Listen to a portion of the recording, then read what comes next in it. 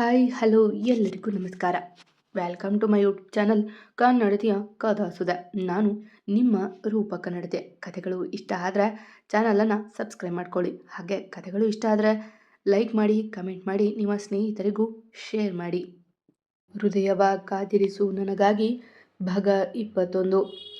ಜಾನು ಅದಾಗಲೇ ಸುಸ್ತಾಗಿದ್ಲು. ಅಣ್ಣನಿಗಾಗಿ ಊಟ ಮಾಡುತ್ತಿದ್ಲಷ್ಟೆ. ಆದರೆ ಮದುವೆಯ ಓಡಾಟದಲ್ಲಿ ಅವಳ ಮನದ ಜೊತೆಗೆ ತನುವು ದಣಿದಿತ್ತು.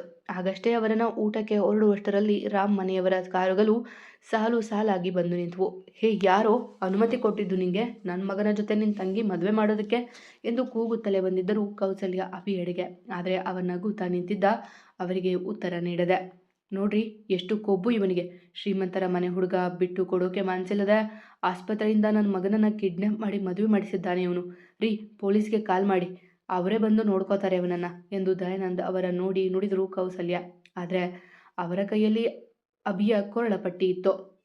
ಹೌದಾ, ರಾಮ್ ಅವರನ್ನು ನಾನು ಕಿಡ್ನಾಪ್ ಮಾಡಿದ್ದೀನಿ ಅನ್ನೋನಾದ್ರೆ ನಿಮ್ಮ ಮಗ ಲಕ್ಕಿ ಯಾಕಿಲ್ಲಿದ್ದಾರೆ ಎಂದು ಅಭಿ ತಣ್ಣಗೆ. ಆಗ ಅಲ್ಲೇ ಅಣ್ಣನ ಹಿಂದೆ ಇದ್ದ ಲಕ್ಕಿಯ ಕಡೆಗೆ ನೋಡಿದರು ಕೌಸಲ್ಯ. ರಾಮ್ಗೆ ನಿಲ್ಲಲು ಸಹಾಯ ಆಗುವಂತೆ ಅವನ ಕೈ ಹಿಡಿದಿದ್ದ. ಅಷ್ಟೇ ಅಲ್ಲ, ನಿಮ್ಮ ಮಗಳು ಧನು ಅವರು ಇಲ್ಲೇ ಇದ್ದಾರೆ, ಅಜ್ಜಿ ಮಾಲತಿ ಇದ್ದಾರೆ. ಇಷ್ಟು ಜನರನ್ನು ಕಿಡ್ನಾಪ್ ಮಾಡುವಷ್ಟು ಶ್ರೀಮಂತ ನಾನಲ್ಲ ಕೌಸಲ್ಯ ಅವರೇ ಎಂದು ತುಸು ನಗುತ್ತಾ ಮುಖಕ್ಕೆ ಹೊಡೆದಂತಾಗಿತ್ತು ಅವರಿಗೆ. ಇವರಿಗೆಲ್ಲ ಏನೋ ಹೇಳಿ ಕರೆದುಕೊಂಡು ಬಂದಿದ್ಯಾ? ನನ್ನ ಮಗನಿಗೆ ಇವಳ ನೆನಪಿಲ್ಲ ಅಂದರೂ ಯಾಕೆ ಈ ಮದುವೆ ಮಾಡಿದ್ದು ನೀವು ಎಂದು ಅವರ ಜೊತೆಗೂಡಿದ್ರು ಸುಮಿತ್ರಾ. ಹೌದು ಅಮ್ಮ, ಅವರು ನನ್ನ ಬಲವಂತದಿ ಕರೆದುಕೊಂಡು ಬಂದಿದ್ದಾರೆ ಎಂಬತನಿಗೆ ಎಲ್ಲರ ಗಮನ ರಾಮ್ನತ್ತ ಹೊರಳಿತ್ತು.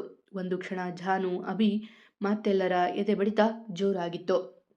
ಹೌದು ಅಮ್ಮ, ಇವರೆಲ್ಲ ನಾನು ಜಾನುನ ಪ್ರೀತಿ ಮಾಡ್ತಿದ್ದೆ, ನಾನು ಇವಳನ್ನ ಮದುವೆ ಆಗೋಕೆ ತಯಾರಿದ್ದೆ ಅಂತ ಹೇಳಿ ಇಲ್ಲಿಗೆ ಕರೆದುಕೊಂಡು ಬಂದದ್ದು ಎಂದು ಮುಂದೆ ಬರಲು ಹೋದವ ಯಾರೋ ಎಳೆದಂತಾಗಿ ನಿಂತು ಬಿಟ್ಟ.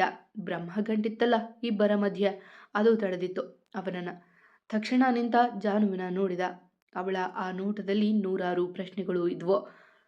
ಈ ಬಾರಿಯೂ ಮನಸ್ಸಿಲ್ಲದೆ ಮನಸ್ಸಿನಲ್ಲಿಗೆ ಮದುವೆ ಆದನೇನೋ ಎಂದು ಅವನ ನೋಡುತ್ತಿದ್ದವಳ ನೋಟ ಅರ್ಥ ಆದವನಂತೆ ಅವಳ ಕೈ ಬಿಗಿಯಾಗಿ ಹಿಡಿದವ. ಆದರೆ ಇಲ್ಲಿಗೆ ಬಂದಮೇಲೆ ಇವಳ ಕೊರಳಿಗೆ ತಾಳಿ ಕಟ್ಟು ಅಂತ ಯಾರೂ ಫೋರ್ಸ್ ಮಾಡಿಲ್ಲ.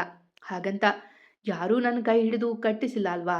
ನಾನು ನನ್ನ ಮನಸಾರೆ ಇಷ್ಟಪಟ್ಟು ಮದುವೆ ಆಗಿದ್ದೀನಿ. ಈ ಜಾಹ್ನವಿ ಈಗ ನನ್ನ ಹೆಂಡತಿ.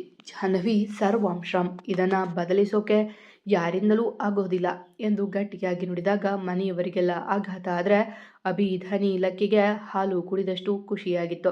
ಥ್ಯಾಂಕ್ ಯು ರಾಮ್ ಎಂದು ಅವನನ್ನು ಅಪ್ಪಿಬಿಟ್ಟ ಅಭಿ. ಅವನ ಕಣ್ಣಲ್ಲಿ ನೀರಿತ್ತು. ತಂಗಿ ಜೀವನದ ಬಗೆಗಿನ ಚಿಂತೆ ದೂರಾದ ಖುಷಿಯಿತ್ತು. ನೋ ಅಭಿ, ನನಗೆ ಹಸಿವಾಗ್ತಿದೆ. ಬೆಳಗ್ಗೆಯಿಂದ ಏನೂ ತಿಂದಿಲ್ಲ. ಪ್ಲೀಸ್ ಊಟಕ್ಕೆ ಹೋಗೋಣ ಎಂದು ಕೇಳಿದ.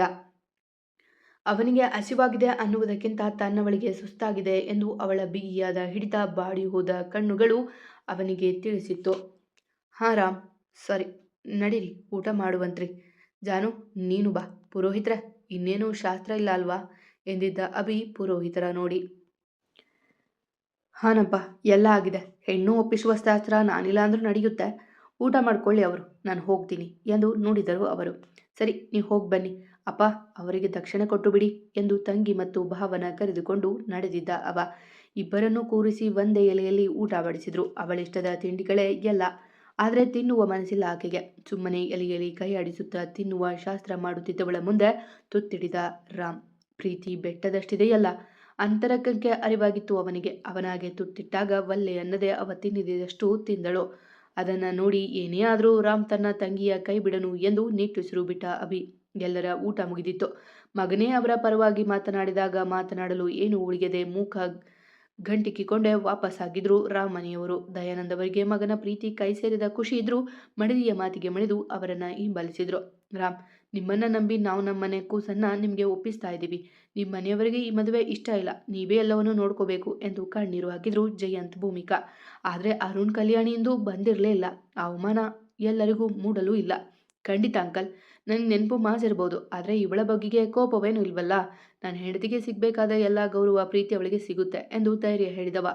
ಜಾನು, ನಿಂಗೆ ನಾನು ನೋಡಬೇಕು ಅಂದಾಗ ಕಾಲ್ ಮಾಡು. ಮತ್ತೆ ಏನೇ ಇದ್ರೂ ಮುಚ್ಚುಮರೆ ಮಾಡದೆ ನನಗೆ ಹೇಳಬೇಕು ನೀನು ಎಂದು ಕಣ್ಣೀರು ಹಾಕುತ್ತಲೇ ತನ್ನ ತಂಗಿಯ ತಬ್ಬಿದ ಅಭಿ. ಯಾವ ಅಣ್ಣನಿಗಾದರೂ ಅದು ಕಷ್ಟದ ಕೆಲಸವೇ.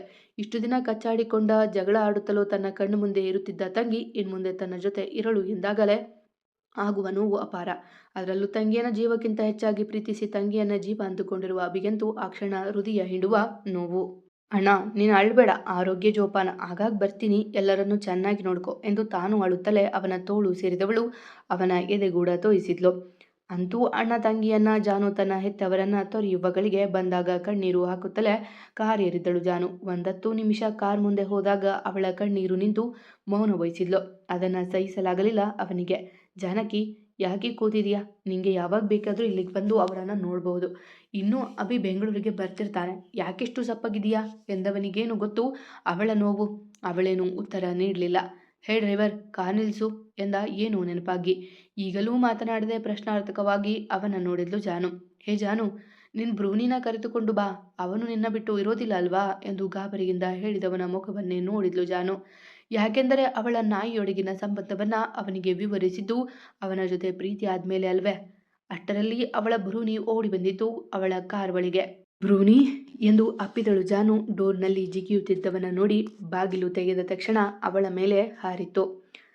ಸಾರಿ ಸಾರಿ ಕಣೋ, ನಾನು ಯಾವುದೋ ಧ್ಯಾನದಲ್ಲಿ ನಿನ್ನ ಬಿಟ್ಟು ಬಂದುಬಿಟ್ಟೆ ಎಂದು ಅವಳು ಅವನ ಕೆನ್ನೆಗೆ ಮುತ್ತಿಟ್ಟು ಅದು ಅಳುವಂತೆ ಕುಯ್ ಕುಯ್ ಎಂದು ತನ್ನ ಬಿಟ್ಟು ಬಂದುದಕ್ಕೆ ಕಂಪ್ಲೇಂಟ್ ಮಾಡುತ್ತಿತ್ತು.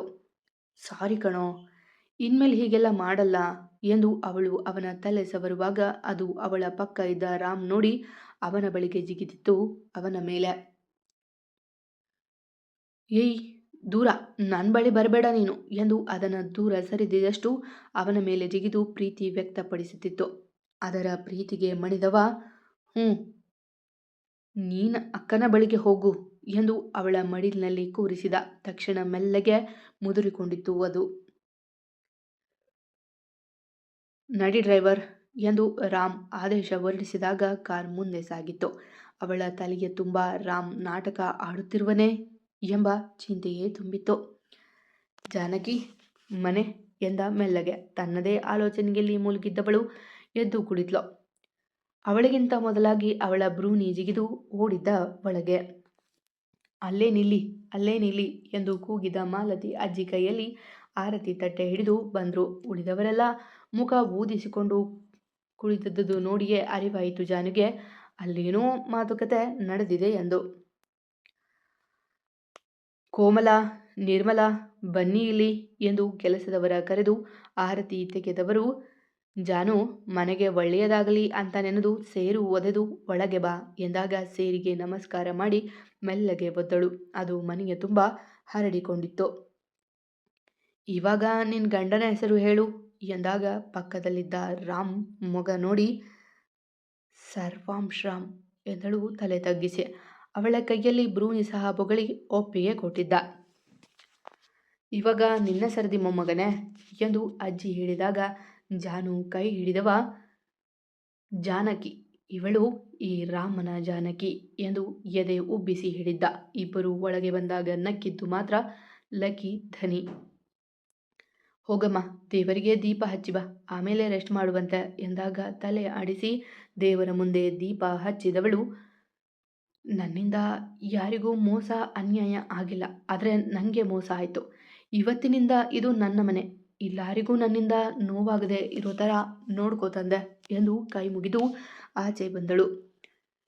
ಧನಿ, ಈಗ ನಿನ್ನ ಅತ್ತಿಗೆನ ನಿನ್ನ ಕೋಣಿಗೆಲ್ಲೇ ಇರಲಿ, ಸಂಜೆ ಅಣ್ಣನ ರೂಮ್ಗೆ ಹೋಗ್ತಾಳೆ ಎಂದು ಧನಿಗೆ ಹೇಳಿದರು ಅಜ್ಜಿ. ಜಾನು, ನಿನಗೆ ಬೇಕಾದ ಒಂದು ಬಟ್ಟೆ ತಗೊಂಡು ಲಗೇಜ್ ಕೆಲಸದವರ ಕೈಯಲ್ಲಿ ಕೊಡು, ಅದನ್ನು ರಾಮ್ನ ಕೋಣಿಯಲ್ಲಿ ಇಡ್ತಾರೆ ಎಂದಾಗ ತಲೆ ಆಡಿಸಿದ್ಲು. ಇರಲಿ ಬಿಡು ಅಜ್ಜಿ, ಅವಳು ನನ್ನ ರೂಮಲ್ಲೇ ಇರಲಿ ಎಂದ ಮೊಮ್ಮಗನ ಗುರಾಯಿಸಿದ್ರು ಮಾಲತಿಯವರು. ಲಕ್ಕಿ, ಸ್ವಲ್ಪ ಕೈ ನೋವು, ಮೆಟ್ಟಿಲು ಹತ್ತೋಕೆ ಆಗ್ತಿಲ್ಲ, ಹೆಲ್ಪ್ ಮಾಡು ಬಾ ಎಂದು ಕುಂಟುತ್ತಾ ನಡೆದ ಮೇಲೆ. ಅಗ್ರಜ, ಇವತ್ತು ನಿಮ್ಮ ಮೊದಲ ರಾತ್ರಿ, ಇಷ್ಟೊಂದು ನಾಟಕ ಮಾಡಿದರೆ ಅಜ್ಜಿ ಮುಂದಕ್ಕೆ ಹಾಕ್ತಾರಷ್ಟೆ ಎಂದು ನಗುತ್ತಾ ಅಣ್ಣನ ಕೋಣೆಗೆ ಬಿಟ್ಟವ, ತುಂಬ ಖುಷಿ ಆಗ್ತಿದೆ ಅಗ್ರಜ, ನೀನು ನಮ್ಮ ಮಾತಿಗೆ ಬೆಲೆ ಕೊಟ್ಟು ನಿನ್ನ ಪ್ರೀತಿನ ದಕ್ಕಿಸಿಕೊಂಡಿದ್ದಕ್ಕೆ ಎಂದವನ ಬಲವಾಗಿ ಅಪ್ಪಿ, ಥ್ಯಾಂಕ್ ಯು ಕಣೋ, ಕೊನೆವರೆಗೂ ಪ್ರಯತ್ನ ಮಾಡಿದ್ದಕ್ಕೆ ಎಂದು ನಗುತ್ತಾ ನುಡಿದು ಕುಳಿತ ಅವ. ಸರಿ ಅಗ್ರಜ, ಸ್ವಲ್ಪ ಹೊತ್ತು ರೆಸ್ಟ್ ಮಾಡಿ. ಸಂಜೆಗೆ ಪ್ರೋಗ್ರಾಮ್ ಇದೆ. ಆದರೆ ಒಂದು ವಿಷಯ, ಜಾನು ಅವರು ತುಂಬ ನೊಂದಿದ್ದಾರೆ. ಅವರ ಮೌನನೇ ಅದನ್ನು ತೋರಿಸುತ್ತೆ.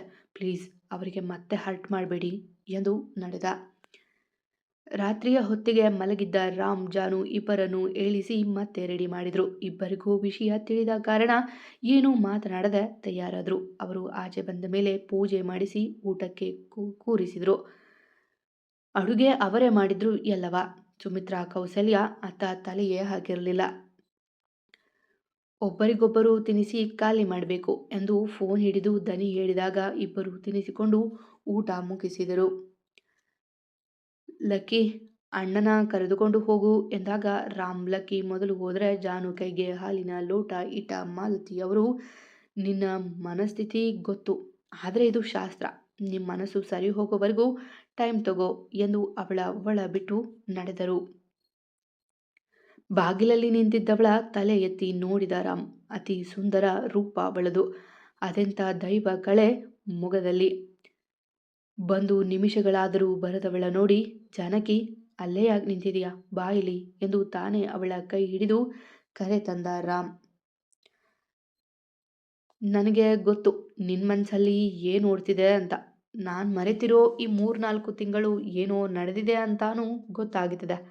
ಆದರೆ ತುಂಬ ಒತ್ತಡ ಕೊಟ್ಟರೆ ತಲೆನೋವು ಬರುತ್ತೆ ಎಂದು ತಲೆ ಹಿಡಿದಾಗ ಅವನ ಕೈ ಮೇಲೆ ಕೈ ಇಟ್ಟು ಆತಂಕ ತೋರಿದವಳು, ನಾನು ನಿಮಗೆ ನೆನಪಾಗದೇ ಇದ್ರೂ ಪರವಾಗಿಲ್ಲ, ಆದರೆ ತುಂಬ ಒತ್ತಡ ಹಾಕಬೇಡಿ, ಇನ್ನೂ ಸರಿಯಾಗಿ ಹುಷಾರಾಗಿಲ್ಲ ನೀವು ಎಂದು ಕಾಳಜಿ ತೋರಿದವಳ ನೋಡಿ ಮನದಲ್ಲೇ ಕ್ಷಮೆ ಕೇಳಿದವ, ಇನ್ನೂ ಸ್ವಲ್ಪ ದಿನ ಟೈಮ್ ಕೊಡು ಜಾನಕಿ, ನಾನೆಲ್ಲ ಸರಿ ಮಾಡ್ತೀನಿ, ಸೈಕಿಯಾಟ್ರಿಸ್ಟ್ ಬಳಿ ಟ್ರೀಟ್ಮೆಂಟ್ ತಗೊಳ್ತೀನಿ ಎಂದಿದ್ದ ಅವಳ ಕಣ್ಣುಗಳ ದಿಟ್ಟಿಸಿ. ಎಂದಳು ತಲೆ ತಗ್ಗಿಸಿಗೆ. ಸರಿ ಮಲ್ಕೋ, ತುಂಬ ಸುಸ್ತಾಗಿದೆಯಾ ಎಂದವ ಅವಳ ಕೈ ಹಿಡಿದು. ಟ್ರಸ್ಟ್ ಮೀ, ನಾನೆಲ್ಲ ನೋಡ್ಕೋತೀನಿ, ಬಟ್ಟೆ ಚೇಂಜ್ ಮಾಡಿ ಮಲ್ಗು ಎಂದಾಗ ಅದಕ್ಕೂ ತಲೆ ಆಡಿಸಿ ತನ್ನ ಬಟ್ಟೆ ಹಿಡಿದು ಬಾತ್ರೂಮ್ ಹೋಗವಳು. ಬಟ್ಟೆ ಬದಲಿಸಿ ಬಂದಾಗ ಅವ ಎಲ್ಲ ಹೂ ತೆಗೆದಿದ್ದ. ಇಲ್ಲೇ ಮಲ್ಗು ಎಂದು ತನ್ನ ಪಕ್ಕ ಕೈ ತೋರಿದವ ತಾನು ಬಟ್ಟೆ ಬದಲಿಸಿ ಬರುವಷ್ಟರಲ್ಲಿ ಅವಳು ಮಲಗಿದ್ದಳು. ಸಾರಿ ಜಾನು, ನಿನ್ನ ಮೊಗದಲ್ಲೇ ಆ ನಗು ಮತ್ತೆ ತರಿಸ್ತೀನಿ ಎಂದುಕೊಂಡವ ಅವಳ ತಬ್ಬಿ ಮಲಗಿದ. ಅವನ ಎದೆ ಬಡಿತ ಅವಳಿಗೆ ಕೇಳುವಷ್ಟು ಹತ್ತಿರದಲ್ಲಿ ಮಲಗಿದ್ದಳು ಜಾನು, ಅವನೆದೆಯ ಮೇಲೆ ತಲೆ ಇಟ್ಟು. ಅಂದು ರಾಮನಿಯಲ್ಲಿ ಜಾನುವಿನ ಮೊದಲ ದಿನ. ಗಂಡನ ತೋಳಲ್ಲಿ ಮಲಗಿದ್ದವಳಿಗೆ ಎಚ್ಚರ ಆದಾಗ 6 ಗಂಟೆ ಎಂದು ತೋರುತ್ತಿತ್ತು ಗಡಿಯಾರ. ಮೆಲ್ಲಗೆ ಕಣ್ಬಿಟ್ಟು ನೋಡಿದಳು. ಅವಳ ಅಪ್ಪಿ ಚಿಕ್ಕ ಮಗುವಿನಂತೆ ಮಲಗಿದ್ದ ರಾಮ್. ನಿದ್ದೆಯಲ್ಲಿ ಇದ್ದಷ್ಟೇ ಪ್ರಶಾಂತತೆ ಇದ್ದಿದ್ದರೆ ಎಂದು ಅವಳು ನೋವು ತಿನ್ನುವ ಸ್ಥಿತಿ ಬರುತ್ತಿರಲಿಲ್ಲವೇನೋ. ಈ ಮನೆಯಲ್ಲಿ ಏನು ಮಾಡಬೇಕೋ ಗೊತ್ತಿಲ್ಲ, ಮೊದಲು ಸ್ನಾನ ಮಾಡಿ ಕೆಳಗೆ ಹೋಗ್ತೀನಿ, ಮಾಲತಿ ಅಜ್ಜಿ ಇದ್ದರೆ ಅವರೇ ಹೆಲ್ಪ್ ಮಾಡ್ತಾರೆ ಎಂದು ಮೆಲ್ಲಗೆ ಅವನಿಂದ ಸರಿ ಹೊರಟಾಗ ಅವಳ ಬಿಡದಂತೆ ಬಳಸಿದವ, ನೋ ಜಾನು, ಇನ್ನೂ ಸ್ವಲ್ಪ ಹೊತ್ತು ಮಲ್ಕೋ ಎಂದು ಅವಳ ಕೊರಳಲ್ಲಿ ಮೊಗವಿಟ್ಟು ನುಡಿದ. ನಿದ್ದೆಯಲ್ಲಿ ಕೋಪದಲ್ಲಿ ಸತ್ಯಗಳು ಆಚೆ ಬರುವಂತೆ. ಅವನಿಗೆ ತನ್ನ ವಾಸ್ತವದ ಅರಿವಿಲ್ಲ. ರಾಮ್ ಪ್ಲೀಸ್ ಬಿಡಿ, ಮನೆಯಲ್ಲಿ ಯಾರಾದರೂ ಏನಾದರೂ ಅಂದ್ಕೋತಾರೆ, ಅವರು ಹೇಳೋಕ್ಕೂ ಮುಂಚೆ ಹೋಗಬೇಕು ಎಂದಳು ಮೆತ್ತಗೆ. ಅವನ ಬಿಸಿ ಉಸಿರ ಶಾಖಕ್ಕೆ ಕರಗುತ್ತಿದ್ದಳು ಅವಳು. ಎಷ್ಟೇ ಆಗಲಿ ಪ್ರೀತಿಸಿದ ಹುಡುಗನಲ್ಲವೇ, ಅವನ ಪ್ರತಿ ಸ್ಪರ್ಶವೂ ಅವಳಲ್ಲಿ ಹೊಸತನ ತರುತ್ತದೆ. ಮನೆಯಲ್ಲಿ ಕೆಲಸದವರಿದ್ದಾರೆ ಜಾನು, ಜಸ್ಟ್ ಪೂಜೆ ಅಷ್ಟೇ ನೀನು ಮಾಡೋದು, ಅದಕ್ಕೆ ಇಷ್ಟು ಬೇಗ ಹೋಗಬೇಕಿಲ್ಲ, ನೀನು ರೆಸ್ಟ್ ಮಾಡು, ತುಂಬ ಸೊರಗಿದೆಯಾ ಎಂದ ಕಣ್ಮುಚ್ಚಿಯೇ. ಆ ಮಾತಿಗೆ ತಕ್ಷಣ ಅವನ ನೋಡಿದವಳು, ನಾನು ಹೀಗಾಗೋಕೆ ಕಾರಣ ನೀವೇ ಅಲ್ವಾ ರಾಮ್ ಎಂದು ದೀನವಾಗಿ ಕೇಳಿದಾಗ ನಿದ್ದೆಯಿಂದ ಎಚ್ಚೆತ್ತವ ಅವಳ ನೋಡಿದ. ಆ ನೋಟದಲ್ಲಿ 100 ಭಾವನೆಗಳಿದ್ದವು, 10 ಪ್ರಶ್ನೆಗಳಿದ್ದವು. ತಕ್ಷಣ ತನ್ನ ನೋಟ ಬದಲಿಸಿದ. ನನ್ನ ಗುಣ ಕಿತ್ತುಕೊಂಡಿದ್ದು ನಿಮ್ಮ ಒಂದು ನಿರ್ಧಾರ, ಅದು ನಿಮಗೆ ನೆನಪಿಲ್ಲ ಅಲ್ವಾ ಎಂದವಳು ಮತ್ತಲ್ಲಿ ನಿಲ್ಲದೆ ಎದ್ದು ಬಾತ್ರೂಮ್ ಹೊಕ್ಕಳು. ಅವಳಂತೂ ನೋವು ತಿಂದು ಕಲ್ಲಾಗಿ ಬಿಟ್ಟಿದ್ದಾಳೆ. ತುಂಬ ನೋವು ತಿಂತಿದ್ದಾಳೆ ಇವಳು. ಆದಷ್ಟು ಬೇಗ ಏನಾಗಿದೆ ಅನ್ನೋದನ್ನು ಕಂಡು ಹಿಡಿಬೇಕು ಎಂದುಕೊಂಡು ಮಗ್ಗಲು ಬದಲಿಸಿದ ರಾಮ್. ಅವ ಕಣ್ಮುಚ್ಚಿ 15 ನಿಮಿಷವಾಗಿತ್ತೇನೋ ಡೋರ್ ತೆಗೆದ ಶಬ್ದಕ್ಕೆ ಅತ್ತ ನೋಡಲು ಸೀರೆಯಲ್ಲಿ ದೇವತೆಯಂತೆ ಕಾಣಿಸಿದ್ಲು ಜಾನು ಅವನ ಕಣ್ಣಿಗೆ. ಅಬ್ಬ, ಅದೆಂಥವಾ ದೈವ ಕಳೆ ಆ ಮುಖದಲ್ಲಿ! ಪ್ರಶಾಂತತೆ ತುಂಬಿದ ಮುಖದಲ್ಲಿ ನೋವಿನ ಎಳೆಯಿತ್ತು. ಬೆಳಗ್ಗೆ ಬೆಳಗ್ಗೆ ತಲೆ ಸ್ನಾನ ಮಾಡಿದರೆ ಕೋಲ್ಡ್ ಆಗೋದಿಲ್ವಾ ಎಂದು ಗೊಣಗುತ್ತಾ ತನ್ನ ನೋಟವ ಸರಿಸಿದನಾದರೂ ಅವನ ಕಣ್ಗಳು ಮತ್ತೆ ಅವಳ ಸುಂದರ ಮುಖವನ್ನೇ ನೋಡಲು ಹಂಬಲಿಸುತ್ತಿದ್ದವು. ರಾಮ್, ನಿಮಗೆ ಕಾಫಿನ ಅಥವಾ ಟೀ ಎಂದಳು ಆಚೆ ಹೋಗುವ ಮುನ್ನ. ಅವನಿಗೆ ಬೇಕಾದುದು ನೋಡಿಕೊಳ್ಳುವುದು ಅವಳ ಧರ್ಮವಲ್ಲವೇ ಈಗ? ನೋ ಕಾಫಿ ಇವಾಗ. ಸ್ವಲ್ಪ ವರ್ಕೌಟ್ ಮಾಡಬೇಕಿತ್ತು, ಬಟ್ ಕೈ ಸರಿ ಹೋಗಿಲ್ಲ. ಟೀ ಕೊಡು, ಆದರೆ ಇವಾಗ ಬೇಡ, ಸ್ವಲ್ಪ ಲೇಟ್ ಎಂದ ಮಲಗಿಗೆ. ಅವನ ಮಾತಿಗೆ ತಲೆ ಆಡಿಸಿ ಕೆಳಗೆ ನಡೆದಳು ಜಾನು.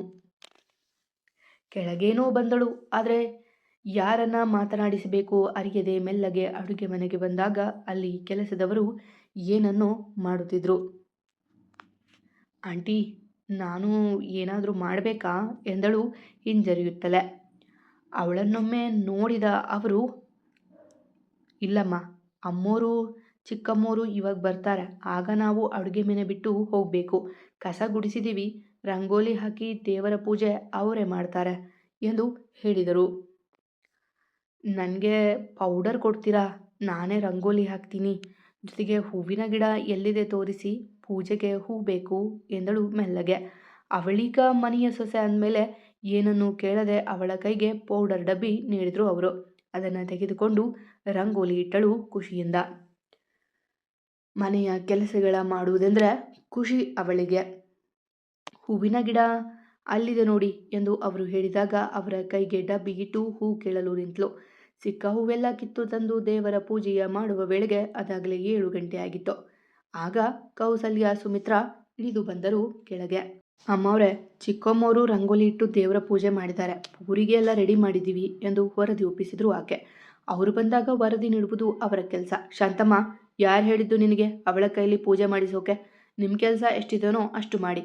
ಮನೆಯವರ ವಿಚಾರದಲ್ಲಿ ತಲೆ ತೂರಿಸಿದ್ರೆ ಸರಿ ಇರೋದಿಲ್ಲ ನೋಡಿ. ಇನ್ಮುಂದೆ ನಿನ್ನ ಕೆಲಸ ಬೇರೆಯವರು ಮಾಡಿದರೆ ನಿನ್ನನ್ನೇ ಕೆಲಸದಿಂದ ತೆಗಿತೀನಿ ಎಂದು ಕೋಪದಿಂದ ಜಾನುವನ್ನೇ ನೋಡುತ್ತಾ ನುಡಿದರು ಕೌಸಲ್ಯ. ಕ್ಷಮಿಸಿ ಅಮ್ಮವ್ರೆ, ಆ ರೀತಿ ಮಾಡಬೇಡಿ ಎಂದು ಶಾಂತಮ್ಮ ತಲೆ ತಗ್ಗಿಸಿದರೆ ತನ್ನಿಂದ ಅವರು ಬಯಸಿಕೊಂಡಿದ್ದಕ್ಕೆ ಬೇಸರಗೊಂಡಳು ಜಾನು.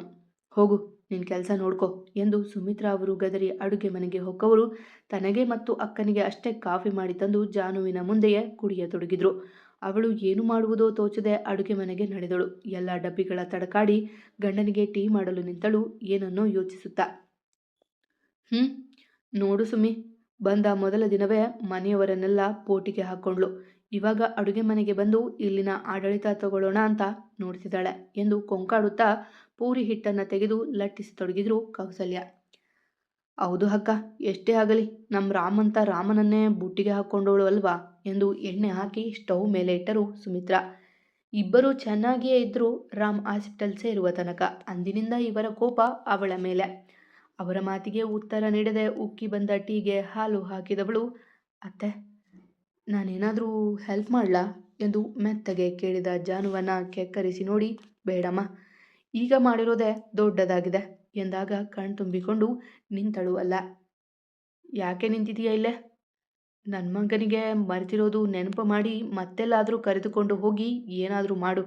ಅವನ ಜೀವ ಒಂದಿದೆ, ಅದಕ್ಕೂ ಒಂದು ಗತಿ ಕಾಣಿಸು ಎಂದು ಕೌಸಲ್ಯ ಅವರು ಒರಟಾಗಿ ನುಡಿದಾಗ ಅಳುತ್ತಾ ತನ್ನ ರೂಮಿಗೆ ಹೋಗುತ್ತಿದ್ದವಳ ಕೈ ಹಿಡಿದ ರಾಮ್.